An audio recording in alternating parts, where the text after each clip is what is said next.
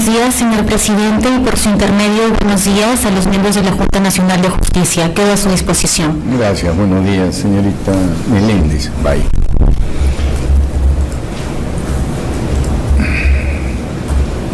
A ver, usted es egresada de una maestría del año 19, ¿no? 2019. Correcto, doctor. ¿Por qué no ha hecho su tesis? Sí, doctor, si bien es cierto, aún no he realizado una maestría en Derecho con mención en Derecho Penal.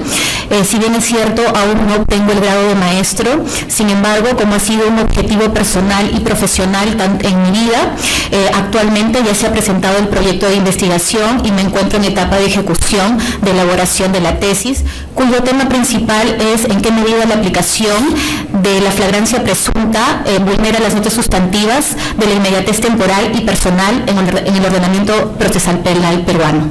Bien, su maestría fue... Es sobre Derecho Penal. Ah, perdón, estoy leyendo La Plaza, ¿no? Correcto. A la que postuló el año pasado. Correcto, doctor. Derechos Humanos e Interculturalidad. Bien. Y ahora está postulando a una Fiscalía Adjunta y Provincial Penal. Correcto. ¿A qué se debe el cambio de ruta? Bueno, doctor, efectivamente, el año pasado postulé a una convocatoria para una plaza de fiscal en Derechos Humanos, debido a que era la única plaza que se había convocado a nivel de La Libertad, específicamente en el distrito de Trujillo. Sí. Si bien es cierto, yo me he desempeñado durante toda mi etapa profesional en el Ministerio Público, en las plazas de las Fiscalías Corporativas de Trujillo, que es la plaza a la que actualmente estoy postulando. Ya. A ver, en el tema de interculturalidad, usted sabe que el artículo 149 de nuestra Carta Política reconoce la justicia de las comunidades nativas y campesinas, ¿no es cierto? Correcto. Lo tiene en mente ese artículo. ¿Cómo se relaciona o qué implicancia tiene, a su juicio, esto de que se basan en el derecho consuetudinario, pero siempre y cuando no violen los derechos fundamentales de la persona? ¿Qué piensa usted al respecto? Correcto, doctor. Sí, efectivamente, eso está regulado en nuestra Carta Magna, en el artículo que usted ha mencionado. Considero que es compatible en la medida que no se violen derechos fundamentales, porque el derecho consuetudinario, tal como lo reconoce la Constitución, es un derecho propio de las comunidades nativas o indígenas de nuestra... Me refiero a la compatibilidad, a su juicio sobre la compatibilidad entre los derechos humanos y los derechos consuetudinarios.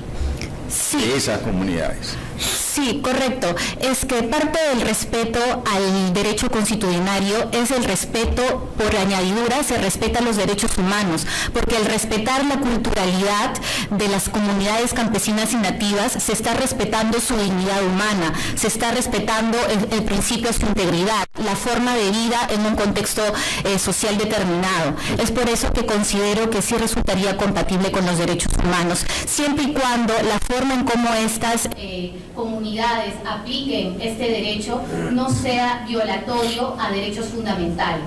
Pero de eso se trata, porque eso dice la letra de la Constitución.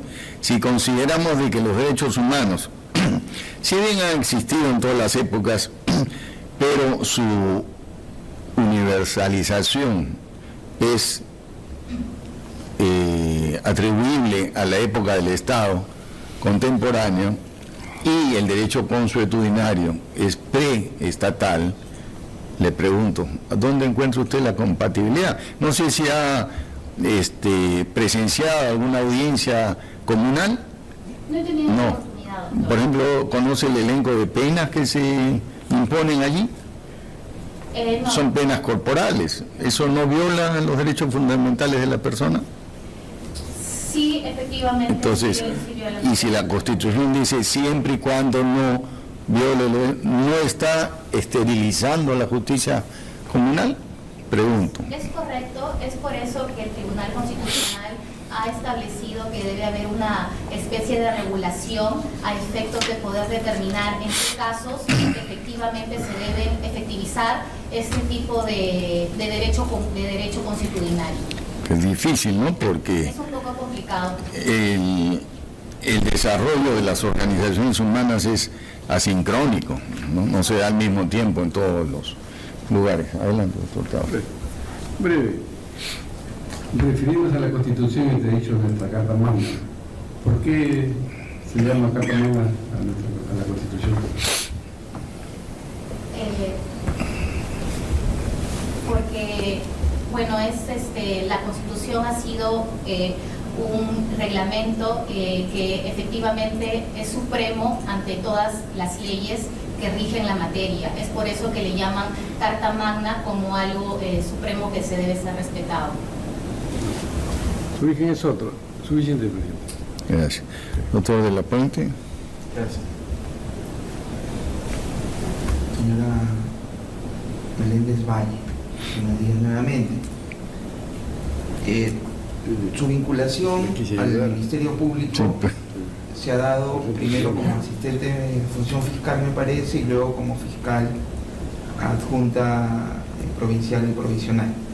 ¿Cuánto tiempo entre estas dos experiencias tiene acumuladas? Bien, si me permite, doctor, en principio yo inicié en el Ministerio Público como CECIGRA en el año 2015.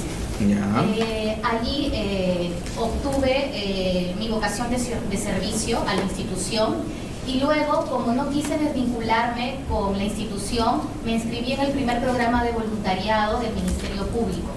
Luego de ello, efectivamente, asumí como asistente de función fiscal durante aproximadamente más de 5 años, para luego ser promovida como fiscal adjunta provincial provisional de las unidades de flagrancia delictiva del Distrito Fiscal de la Libertad. Ya. Aquí tengo el dato, en todo caso, confírmelo, que usted fue asistente de función fiscal del 24 de julio del 2019 al 11 de septiembre del 2024. Correcto. Pero hoy no hay 5 años, ¿no? ¿Sí? No hay 5 años, creo. Pero en fin. Un poco más. Correcto, está bien. También ha tenido otras experiencias, ¿no? Por meses como asistente jurisdiccional en la Corte Superior de Justicia y Libertad, y también por algunos meses en el Ministerio del Interior, ¿no? Como analista 1 en crimen organizado. Con respecto a su experiencia en el Ministerio Público y en la función que está desempeñando, ¿cómo se podría luchar, ¿no? ¿O cómo es que se lucha contra la corrupción desde la función que usted tiene? Sí, para aclarar la pregunta anterior, efectivamente desde el 2019 ejerzo como asistente en función fiscal, pero también hay que sumarle los años desde el 2016 que también ejerzo como asistente en función fiscal. Solamente que como eran plazas de suplencia, y ya no hubo oportunidad de acudir a otra plaza en una convocatoria para generar experiencia laboral, asumí como analista 1 en el Ministerio del Interior y también en el Poder Judicial de manera circunstancial, porque mi objetivo siempre era volver a la institución. Es por eso que vuelvo de nuevo a postular al Ministerio Público, porque mi meta es hacer línea de carrera en la institución. En ese sentido, respecto a su pregunta, el tema de la corrupción lamentablemente es un mal que aqueja a la sociedad. Lastimosamente, eso debilita un sistema democrático de derecho, debilita las instituciones, debilita la seguridad en la ciudadanía y impide que el Perú avance y progrese. Tal es así que la corrupción representa el 2.3% o casi 3% del Producto Bruto Interno del país. Ello equivale a una pérdida de miles de millones de soles que pueden ser invertidos en sistemas de prevención, en sistemas que combaten la delincuencia, en sistemas de salud, educación e infraestructura. Ello considero, doctor, que es una tara en nuestro sistema judicial y que debe ser combatido en la medida que nuestros legisladores y magistrados desde su tribuna puedan ejercer justicia y aplicar el derecho de manera firme y correcta.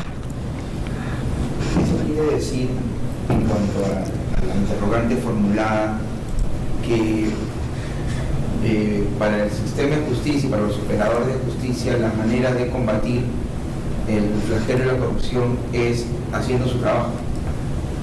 En su caso, en el caso del Ministerio Público, emitiendo sus disposiciones, sus pronunciamientos, sus dictámenes, en el caso del legislador haciendo leyes, en el caso del juez del Poder Judicial expidiendo sus sentencias. ¿Sí me permite? Sí. Sí, doctor, considero que parte de combatir la corrupción es efectivamente realizar nuestro trabajo conforme a la legalidad y con el respeto irrestricto de los derechos fundamentales. Ahora, que nosotros desarrollemos nuestro trabajo de manera íntegra, eficiente, cabal, correcta, no significa que de esta manera la corrupción va a desaparecer.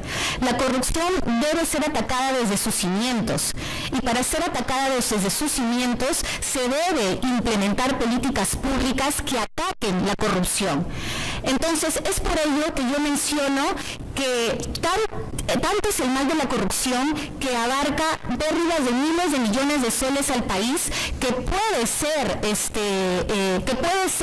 aplicado a sistemas de políticas públicas que inviertan en educación para que futuros profesionales puedan eliminar esta tara que aqueja al país, que inviertan en salud para que la sociedad se vea restablecida en sus derechos, que inviertan en infraestructura o en formas de convivencia digna para que la sociedad no encuentre en la delincuencia un mecanismo de desfogue o posibilidad para vivir en sociedad, cuando lo correcto es vivir en armonía y con el respeto de los derechos humanos.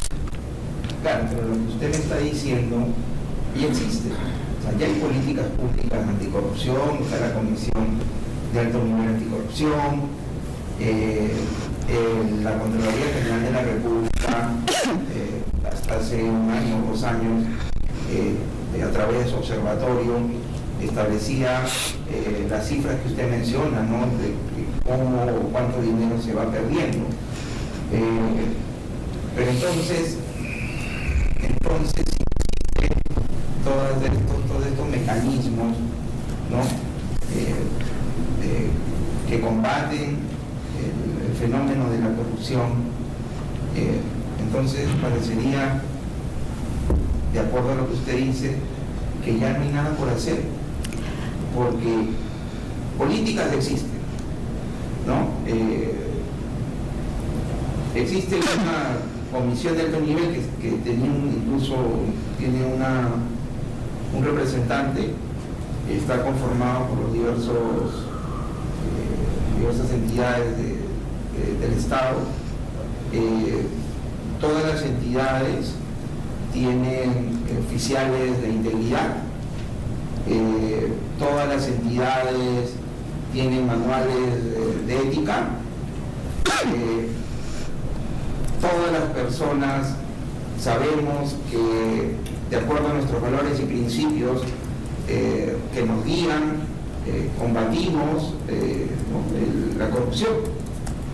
Pero entonces, si todo esto ya está hecho, ¿por qué en lugar de que los índices de corrupción se reduzcan, disminuyan, por qué siguen creciendo? Es más, dentro de las entidades existen los procedimientos administrativos disciplinarios, la Contraloría tiene sus procedimientos administrativos con responsabilidad administrativa funcional,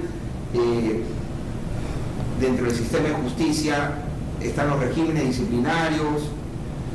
Entonces, por eso le preguntaba al inicio, ¿cómo desde su función fiscal ¿no? Se combate la corrupción. Correcto. Sí, doctor, lo que usted dice es muy cierto y hasta incluso desolador, porque incluso habiendo mecanismos, ellos no funcionan y uno se pregunta qué es lo que está pasando. Entonces considero que esos mecanismos no están siendo eficientes y deben ser reforzados. Por ejemplo, ¿por qué no implementar a nivel del Ministerio Público un mecanismo de compliance? Por ejemplo, para prevenir conductas de este tipo, ¿no? Para poder individualizar este tipo de conductas, para poder sancionar conductas incorrectas o no éticas, ¿no? Por ejemplo, este tipo de mecanismos de implementación de compliance ya está estipulado en otro tipo de instituciones públicas como en Brasil y en Chile. Entonces, ¿por qué no también optar por salidas o propuestas que todavía no se han implementado en el Perú? ¿Correcto? Considero también que desde mi punto de vista, desde mi función como fiscal, de asumir el cargo, si ustedes me otorgan la confianza, considero que mi deber que puedo coadyuvar para combatir la corrupción es realizando investigaciones objetivas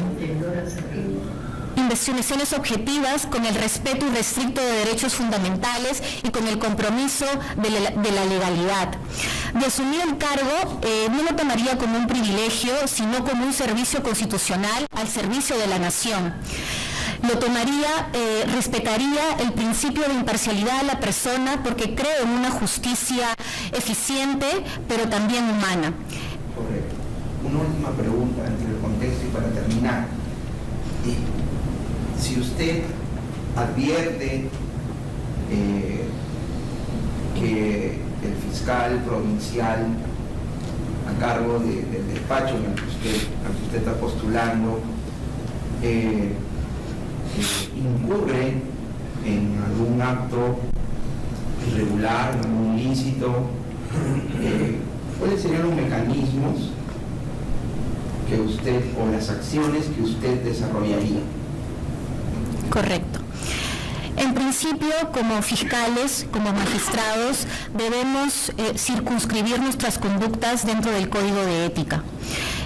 Considero que si yo avisoraría un tipo de acto de corrupción, no solamente en el marco de mi fiscal provincial jerárquicamente superior, sino a nivel de asistente administrativo o en función fiscal, lo correcto y lo que me informan mis principios es denunciar ese tipo de actos que yo estoy avisorando que son de índole corruptas, ¿no? No me parece que un magistrado que debe tener una conducta proba, intachable, incorruptible, esté dando este ejemplo a la sociedad, este ejemplo a su ambiente laboral y coadyuve, en lugar de coadyuvar a un Perú mejor, coadyuve a la inestabilidad del sistema y a la inestabilidad de la seguridad ciudadana.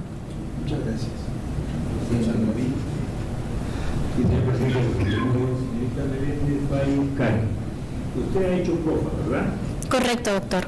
Dígame, ¿está familiarizada con la revista de la Academia de la Magistratura? ¿Ha tenido opción de ver algunos números de la revista?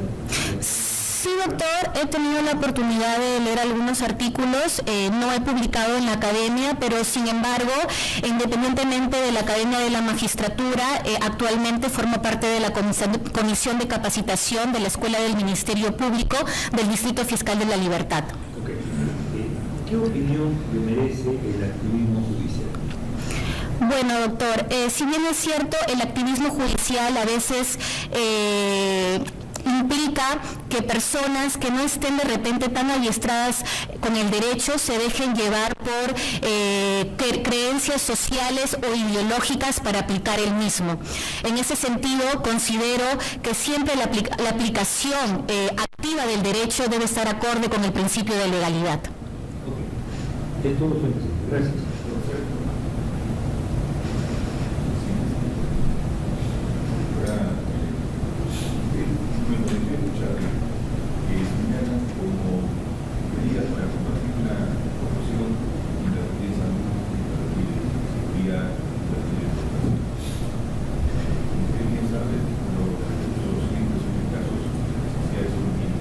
Correcto. Y la noticia significa sacarlo. Y el Estado no lo puso. ¿De dónde podemos sacar el dinero para invertir en todo lo que Es correcto, doctor, porque bajo la lógica que yo he mencionado, que la corrupción, por ejemplo, afecta el 2.3% o el 3% del Producto Bruto Interno, lo que genera que anualmente los bienes y servicios sean más escasos y por ende el presupuesto global del país aminore. Es cierto ello y la pregunta sería ¿cómo? ¿De dónde sacar ese presupuesto? Yo considero que ante esa situación se debería hacer un uso racional de los recursos y priorizar recursos. Se sabe que a nivel de presupuesto se otorga cierta cantidad de dinero para que pueda ser disponible en las distintas entidades públicas. Entonces, y es más, muchas entidades públicas no agotan el 100% de su presupuesto. Yo considero que eso debe ser una evaluación para que en el próximo año en el que se aplique o se apruebe un presupuesto para el año fiscal, la evaluación concreta sería, en principio, priorizar las necesidades. ¿En qué se debe priorizar más? Educación, salud, infraestructura, combatir la corrupción. Eso en primer lugar, priorizar. En segundo lugar, si yo estoy dando presupuesto a diferentes entidades públicas, ¿quién lo necesita más? ¿El sector público? ¿Qué parte del sector público lo necesita más? Para poder inyectar mayor presupuesto a esas instituciones públicas. Y tercero, evaluar qué instituciones públicas no han hecho un uso adecuado de su presupuesto, porque muchas instituciones se les genera el presupuesto y solamente agotan el 50, 60, 70%, pero si se le está dando un presupuesto de tanta cantidad es porque han requerido ese presupuesto para su utilidad y para su uso. ¿Qué está pasando? Entonces se debería priorizar y tomar en cuenta esos tipos de factores. Totalmente de acuerdo. ¿De dónde sale el presupuesto? Del Ministerio de Economía y Finanzas. Sí, claro. Pero ¿y ese dinero? ¿Perdón? ¿Ese dinero de dónde sale? Sale de los bienes y servicios que la ciudadanía imparte o del trabajo de cada ciudadano. De la inversión pública y privada también. El dinero sale de los impuestos. De los impuestos, correcto. Entonces, para que funcione todo esto, es un Estado que funcione. Justamente volvemos al círculo vicioso. Necesitamos dinero, pero el dinero no se produce si el Estado es ineficiente y corrupto. Es correcto. ¿Cómo saldríamos de ahí? Esa va a ser la pregunta que tendremos que contestar en los próximos años. Pero había otro punto que quería tocar con usted. En el año 19 fue analista 1 en crimen organizado de la Dirección General contra el crimen organizado del despacho vicepresidencial del Estado del Ministerio del Interior. ¿Eso concretamente qué significaba? Sí, efectivamente, en el 2019 postulé como analista 1 a la Dirección General de Delitos contra Crimen Organizado del despacho viceministerial que pertenece al Ministerio del Interior.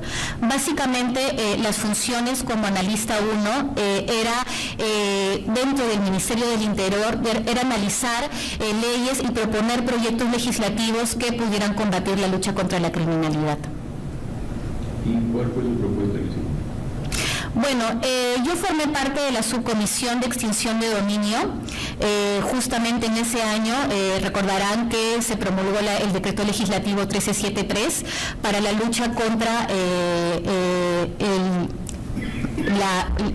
cuando los bienes ingresan a nuestro patrimonio de manera ilícita, que es lo que concretamente busca la extinción de dominio. Yo fui parte de la comisión.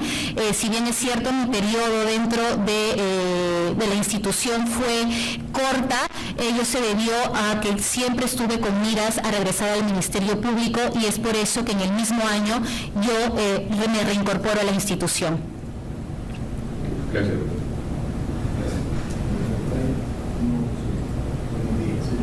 Muy amable, muchas gracias con todos.